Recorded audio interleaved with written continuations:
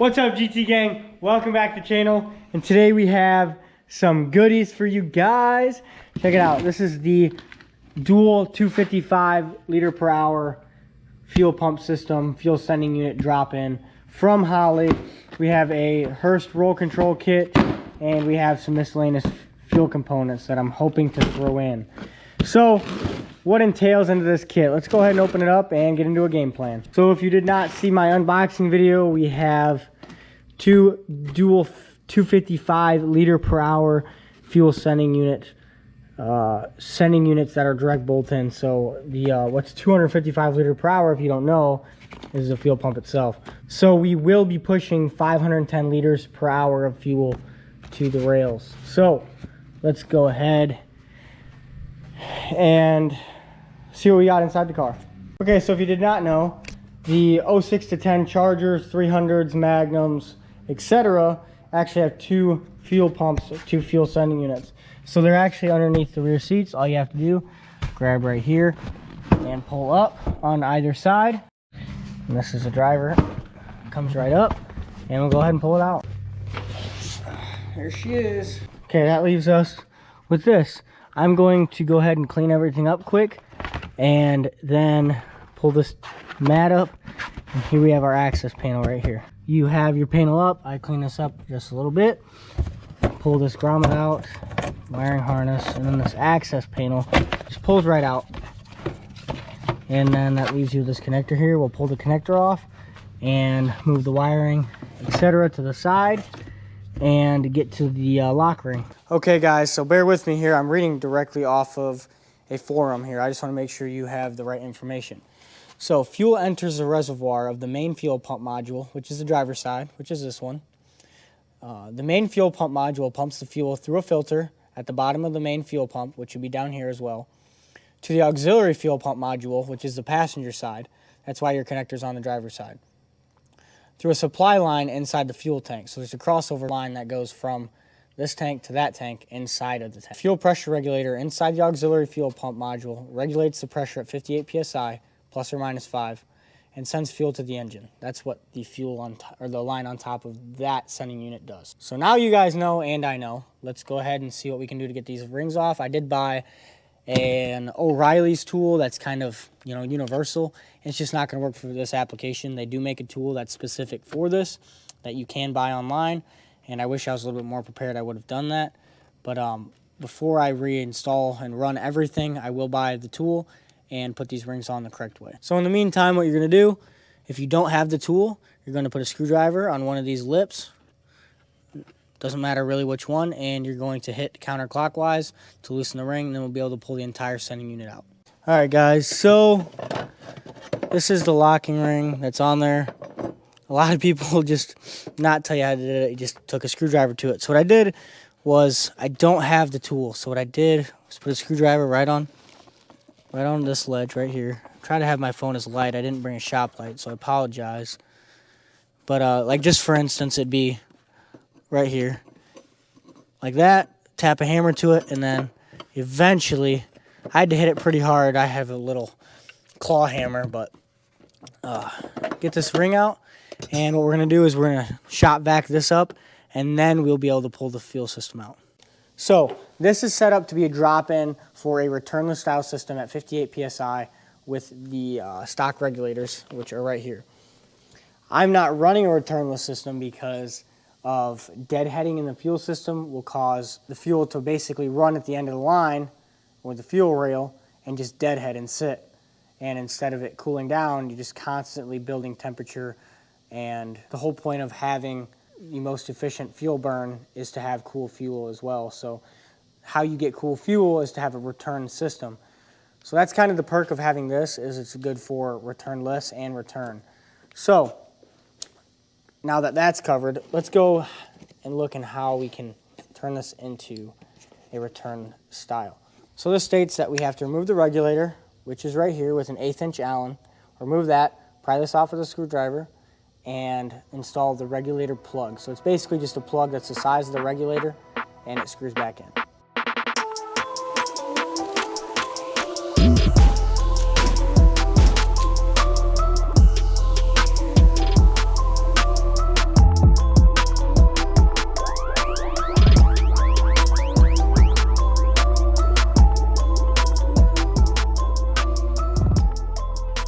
Okay, so the next step I did was, according to the manual, was since I am running a return system, I had to obviously plug that regulator like I said and stick this 3/8" barb.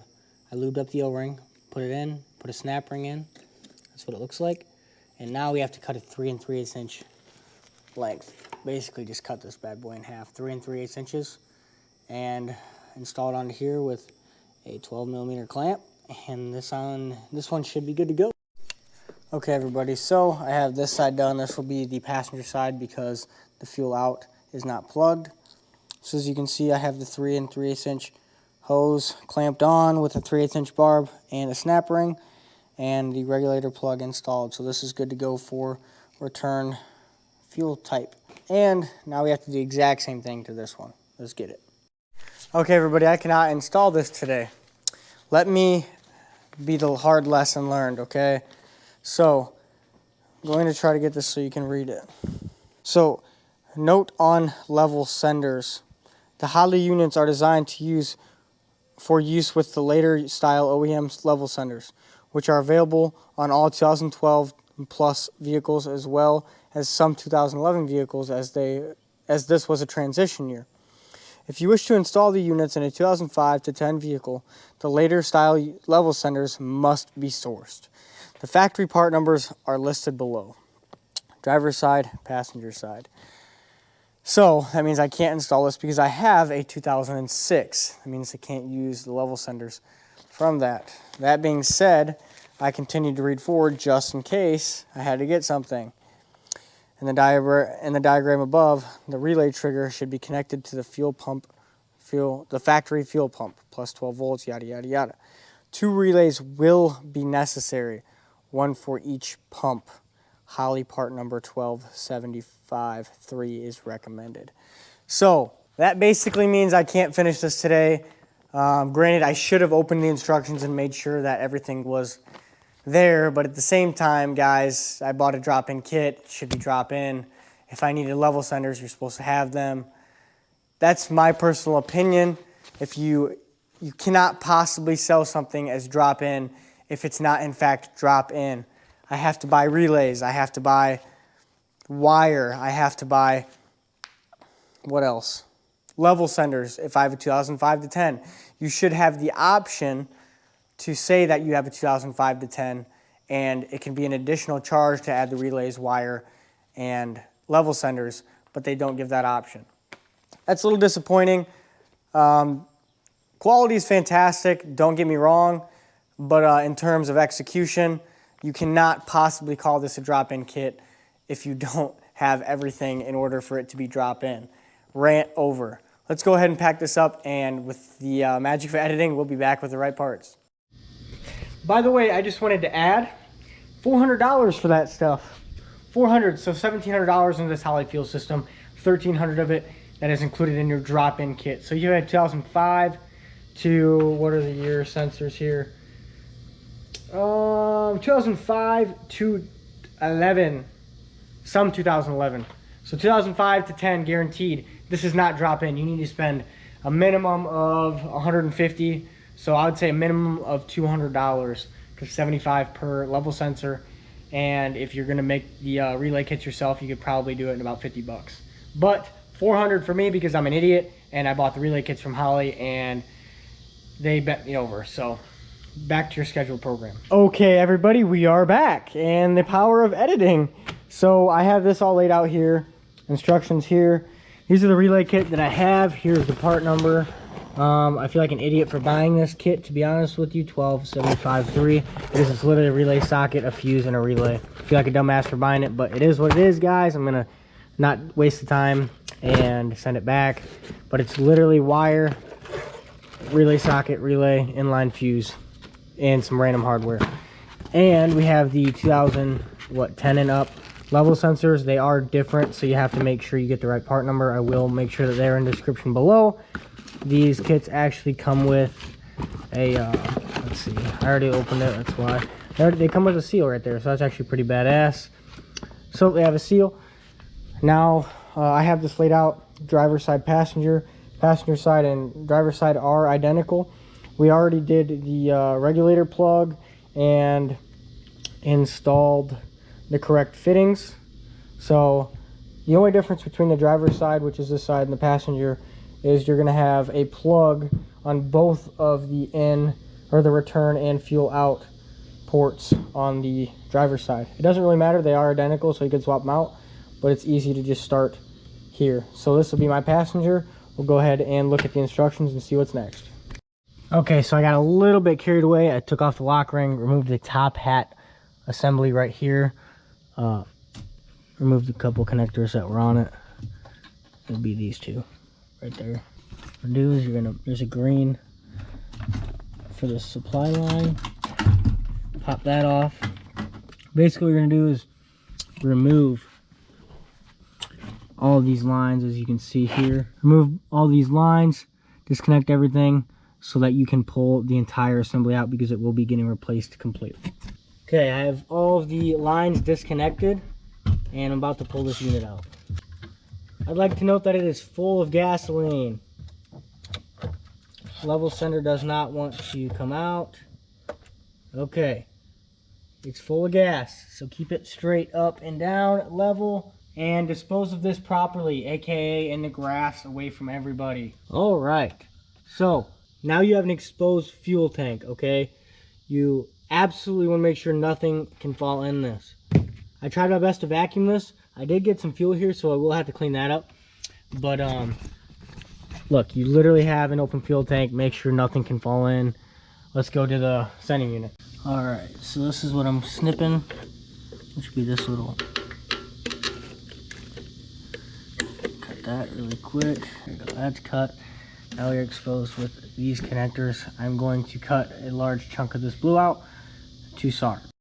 Okay, everybody, so you have two level sensors and they're completely different. You have to go off of this and the driver's side one, just for reference, it is the rectangled float, and the passenger is the I would describe this as a maybe a battery pack looking thing for a float, like two AA batteries basically is what it looks like.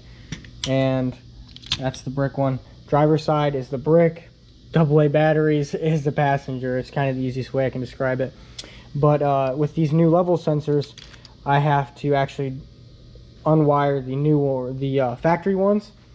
So I will be pulling out my unit one at a time, swapping out the wires, crimping them, and it is just a resistance reading. It's a potentiometer, so it's based solely off of resistance. The wires do not matter. They can be flipped completely. So let's go ahead and do that and see where that gets us. So over here at the passenger side, and believe it or not, it actually says to uninstall both sides and then we are able to work. So what I'm gonna have to do, pop this off and get to all of these goodies as well, remove everything completely, and then we are able, I guess, to start the installation or next part of the process. So originally I had no wires hanging out of this thing, of course, because why make it easy? So I had to tear this level sender apart, as you can see. So right in the top right there, and in the top left, you'll see basically little U's like up here, and you'll have to solder wires there, which is unfortunate, but that's what's gonna have to do.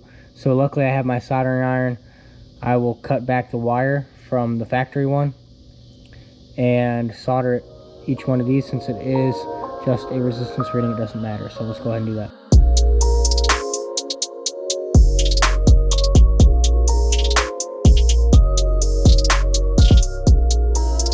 So both of these worked for me, both level sensors and sending units all together. So what I'm going to do, throw these in plastic bags. I cut enough here to solder and here to solder to install on, like if my Magnum were to have an issue with level sending, I would be able to just directly swap these into it. So that's my thought process behind that. I have this wire right here. I'm gonna start warming up my soldering iron, and make sure that your old sending unit is far away from your soldering iron, because that is not gonna be a good day and you won't be able to install your fuel system. Let's go ahead and start the stripping and soldering process. Alright guys, thank you so much for watching the video. I know it kind of cut short right in the middle of the video, but it's about 30 minutes of footage for this complete install. And at the end of the next video, I get all the way up until fully installed and wired. So stay tuned for the next upload, guys. Next week, we're going to be uploading part 2 of the Holley 510 liter per hour fuel system installation. So I appreciate you guys so much. Thank you so much for watching the video. Thank you for liking, subscribing, sharing, and thank you guys for all the support. That being said, I'll see you guys in the next one. Stay tuned. Peace.